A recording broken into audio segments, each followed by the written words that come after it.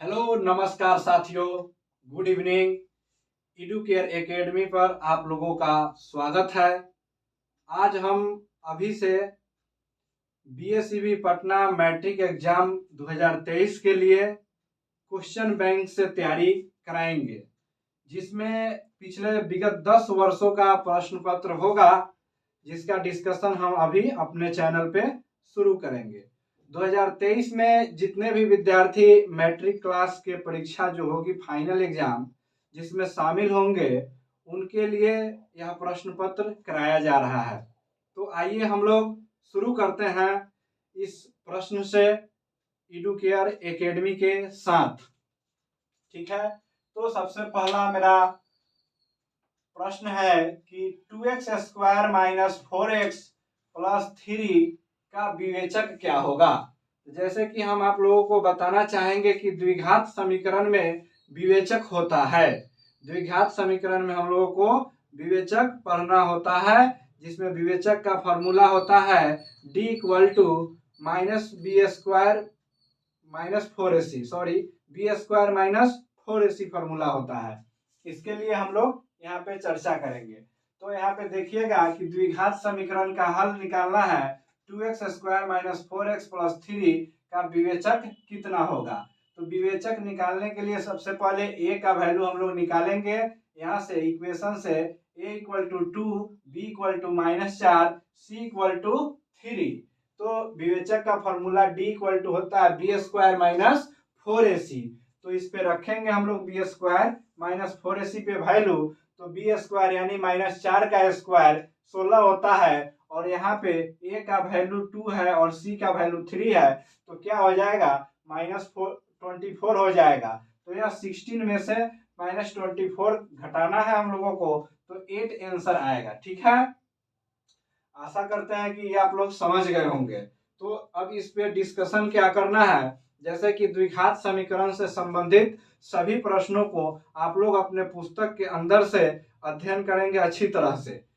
तो उसके बाद में द्विघात समीकरण का एक और प्रश्न है जिसको अब हम लोग देखेंगे कि द्विघात समीकरण का एक और प्रश्न यहाँ है कि x² माइनस 2x प्लस 5 का मूलों के योग निकालना है।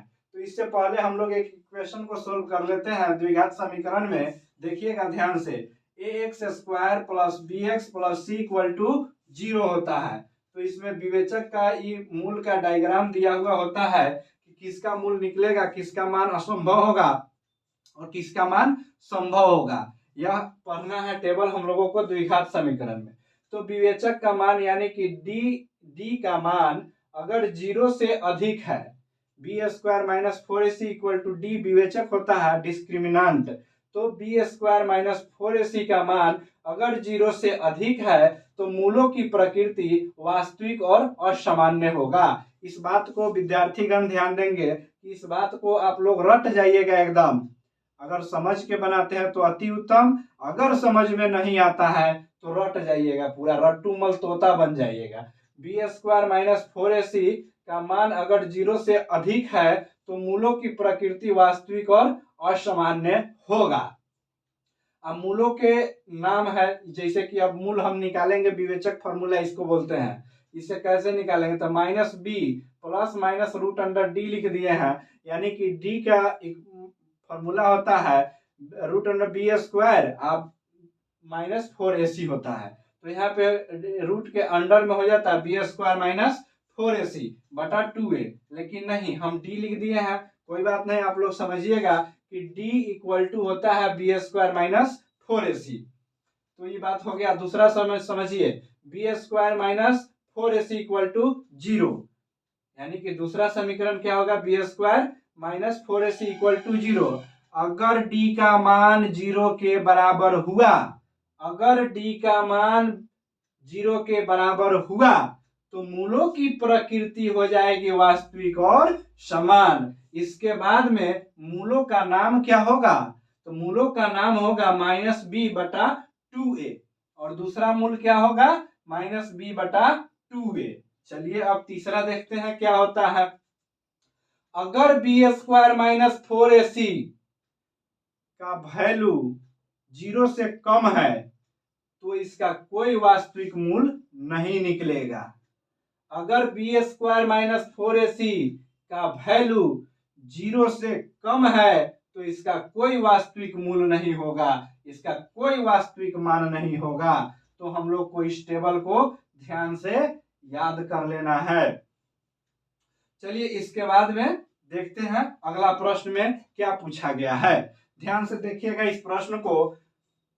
X square minus 2x plus 5 द्विघात समीकरण के मूलों के योग निकालें। तो मूलों के योग निकालने का फॉर्मूला होता है alpha plus beta equal to minus B by A, और मूलों के गुणनफल निकालने का फॉर्मूला होता है alpha into beta equal to C by A, जिसमें इसमें निकालना नहीं है गुणनफल, इसमें सिर्फ मूलों का योग निकालना है।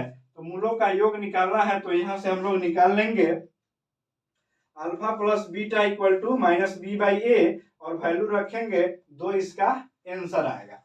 अब आते हैं हम लोग अगले प्रश्न के ऊपर। अगला प्रश्न मेरा कह रहा है कि ध्यान दीजिएगा, यहाँ पे थोड़ा सा सैरो बन रहा होगा, लेकिन हम इतना स्पष्ट तरीका से पढ़ेंगे कि आप लोगों को सभी बात समझ में आ जाएगा। परिमेय संख्या क्या होता है?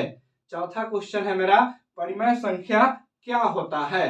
तो परिमेय संख्या भैया आप लोग 9th क्लास में भी पढ़े होंगे बहुत अच्छी तरीका से, 10th में भी पढ़ना है। परिमेय संख्या होता क्या है? वैसा संख्या जिसको p बाई क्यू के रूप में लिखा जाए, वैसा संख्या जिसको p बाई क्यू के रूप में लिखा जाए वह संख्या परिमेय संख्या होता है।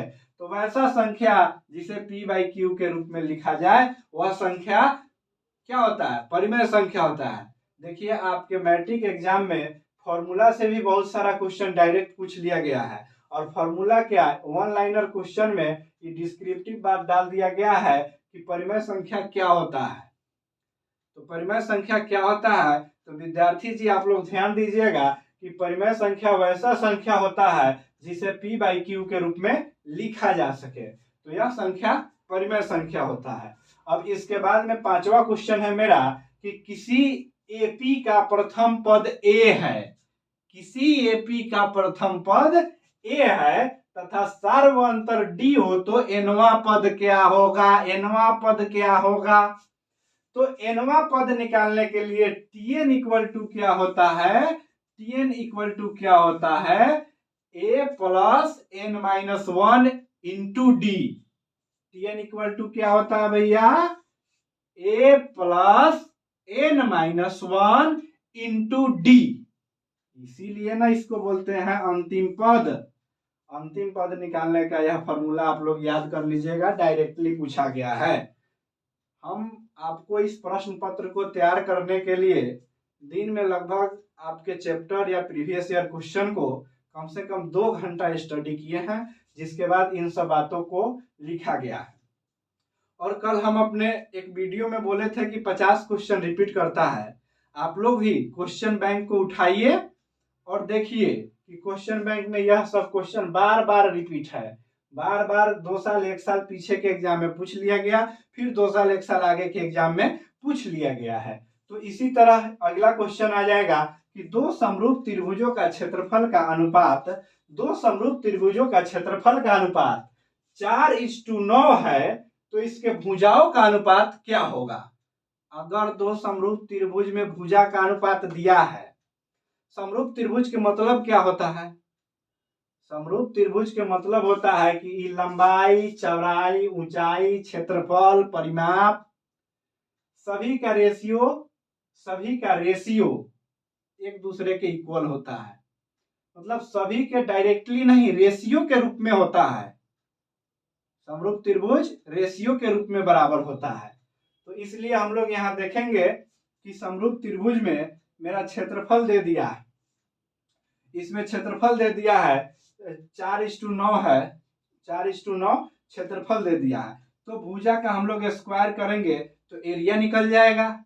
इसलिए यहाँ देखिए भुजा मतलब त्रिभुज 1 का भुजा, त्रिभुज 2 के भुजा, यानी कि 4:9 है अंडर रूट में, तो अंडर रूट से क्षेत्रफल करेंगे तो निकल के आ गया 2/3, तो ए बी बटा डी निकल गया, तो 2/3 तो 2:3 इसका रेशियो हो जाएगा।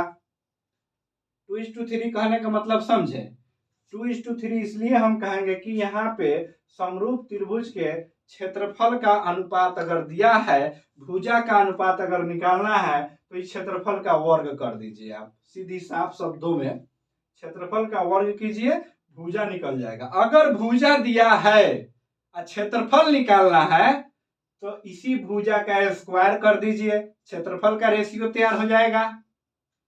उसके बाद में वृत्त के स्पर्श रेखा से कम 5 क्वेश्चन बनता है, और वृत्त के स्पर्श रेखा हर बार एग्जाम में आप लोगों से पूछा जाता है। मतलब कि वृत्त इतना वायरल टॉपिक है कि अगर आप इसके स्पर्श रेखा पे कॉन्सेप्ट तगड़ा कर लिए तो 2 से 5 नंबर आपका पक्का हो जाता है। तो देखिए क्वेश्चन है कि किसी वृत्त के बाह्य बिंदु P से 2 स्पर्श रेखा खींचा गया, जिसमें एक स्पर्श रेखा 8 सेंटीमीटर लंबा है, तो दूसरा स्पर्श रेखा क्या होगा। तो वृत्त का यह इतना वायरल टॉपिक है कि हर एग्जाम में आ जाता है स्पर्श रेखा की बात। यहां से मान लीजिए कि वृत्त का कोई बाहरी बिंदु P पे है, एक स्पर्श रेखा P से Q तक आती है, वृत्त के डायमीटर पर ही, डायमीटर कह रहा है, वृत्त के परिधि पर ही यह कटता है। वृत्त के परिधि पर कहीं भी कट के स्पर्श कर लिया, तो इस PQ का लंबाई अगर 8 सेंटीमीटर है, तो इसी बिंदु P से दूसरा पॉइंट पर खींचा गया स्पर्श रेखा भी 8 सेंटीमीटर का ही होगा, 8 सेंटीमीटर का ही होगा। बात समझ में आया होगा आप लोगों का कि वृत्त पर किसी बाह्य बिंदु P से अगर एक ही बिंदु P से 2 स्पर्श रेखा खींचा गया, एक PQ हो गया, दूसरा PR हो गया, तो दोनों के लंबाई बराबर होता है। चलिए यह बात समाप्त होता है। अब इसके बाद हम इसको मिटा करके और त्रिकोणमिति का मतलब कि 2-3 क्वेश्चन कराएंगे। अभी इसको थोड़ा मिटाने में समय लग जाएगा, आप लोग चिंता व्यक्त नहीं कीजिएगा।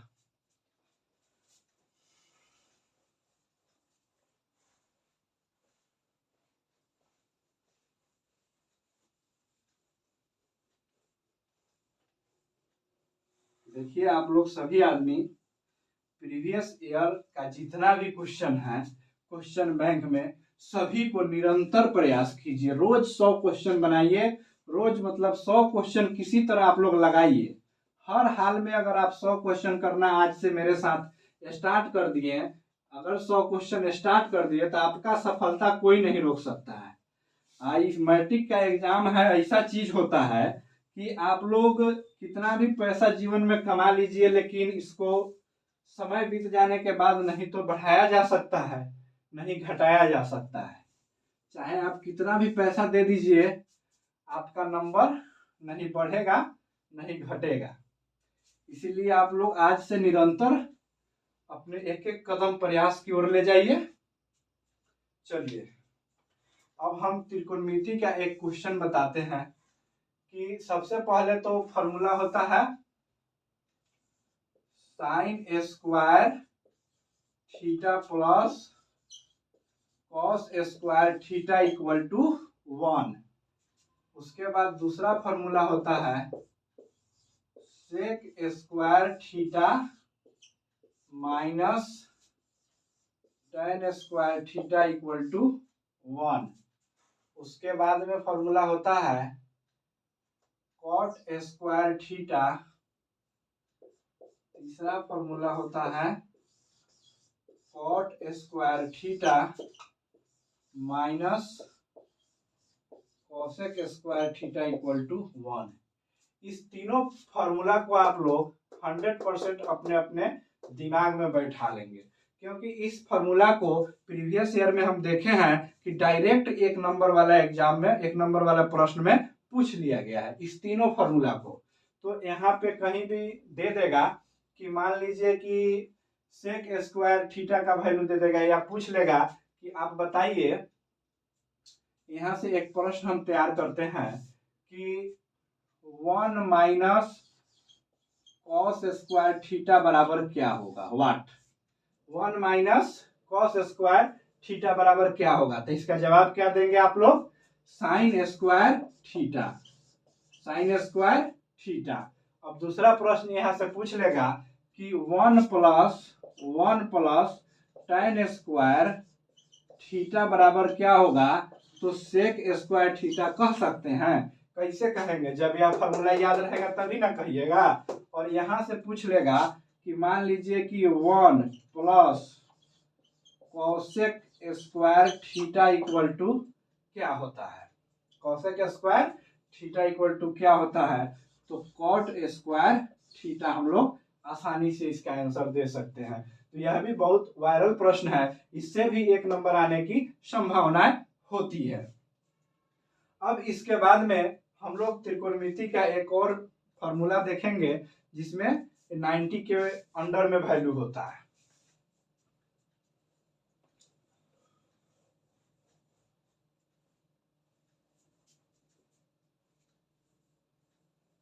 इसके बाद हम लोग देखेंगे जैसे कि मान लीजिए, यहाँ पे ध्यान देंगे सभी विद्यार्थी, ये वाला चतुर्थांश जो होता है इसमें यह होता है फर्स्ट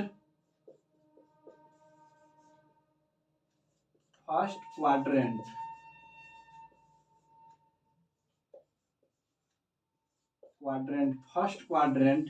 फर्स्ट क्वाड्रेंट में वैल्यू किसका किसका होता है, फर्स्ट क्वाड्रेंट में सबसे पहले ऑल पॉजिटिव होता है, ऑल पॉजिटिव होता है। और यहाँ पे वैल्यू होता है 90 माइनस थीटा डिग्री का या 90 डिग्री का, यानी कि फर्स्ट क्वाड्रेंट में जो भी होगा उसका मान या तो 90 से कम होगा या 90 डिग्री होगा। तो 90 डिग्री यहाँ पे समझाने का मतलब क्या है, इस पे फॉर्मूला होता है भाइयों, इस पे फॉर्मूला होता है, जिस फॉर्मूला को हम यहाँ पे लिखते हैं। सबसे पहले लिखते हैं sine 90 minus theta equal to क्या होगा, आप लोग जवाब देंगे cos 90 minus theta equal to क्या होगा। उसके बाद तीसरा नंबर में tan 90 माइनस थीटा क्या होगा। चौथा में cot 90 माइनस थीटा क्या होगा।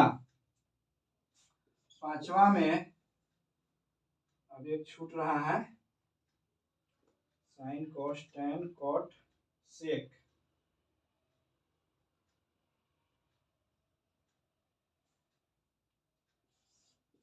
सेक 90 माइनस थीटा क्या होगा। उसके बाद छठा नंबर में कोसेक 90 माइनस थीटा क्या होगा।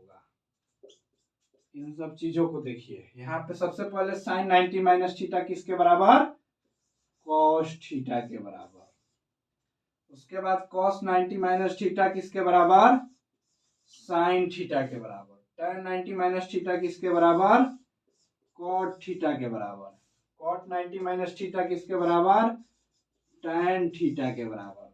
सेक 90 माइनस थीटा किसके बराबर, कोसेक थीटा के बराबर। Cosec 90 minus theta sec theta के बराबर होता है। इस 6 फॉर्मूला को आप लोग दिमाग में बैठा लीजिएगा, चाहे जिस भी तरीका से हो आप इसको बैठाने का कोशिश कीजिएगा। इसके बाद हम जो अगला क्लास लाएंगे उसमें आप लोगों को बताएंगे कि cos 90 प्लस थीटा क्या होता है। मतलब कि अब ये फर्स्ट क्वाड्रेंट में हो गया, यानी कि 90 माइनस थीटा जो होता है ना वो प्रथम क्वाड्रेंट में होता है, यानी कि प्रथम चतुर्थांश में होता है। और 90 प्लस थीटा जो होगा ना, 90 प्लस थीटा जो होगा ना वो द्वितीय क्वाड्रेंट में होगा, यानी कि द्वितीय चतुर्थांश में होगा। तो 90 प्लस थीटा का चर्चा कल करेंगे। आज यहीं पे हम इस वीडियो को समाप्त करेंगे। और आप लोगों को यह डिस्कशन कैसा लगा, आप लोग हमको मेरे डिस्क्रिप्शन बॉक्स में मेरा व्हाट्सएप नंबर है, कॉलिंग नंबर है, उस पर कॉल करके या व्हाट्सएप करके या वीडियो पे कमेंट करके बताएंगे कि आपको कैसा लगा। अगर मेरा यह प्रयास आप लोगों को अच्छा लगा होगा तो हमारे एडुकेयर एकेडमी चैनल को आप लोग सब्सक्राइब करेंगे, लाइक करेंगे और शेयर करेंगे। जय हिंद, भारत माता की जय। बढ़ते हुए भारत की ओर एक अपना भी कदम आप लोग भी बढ़ाइए। जय हिंद, जय भारत।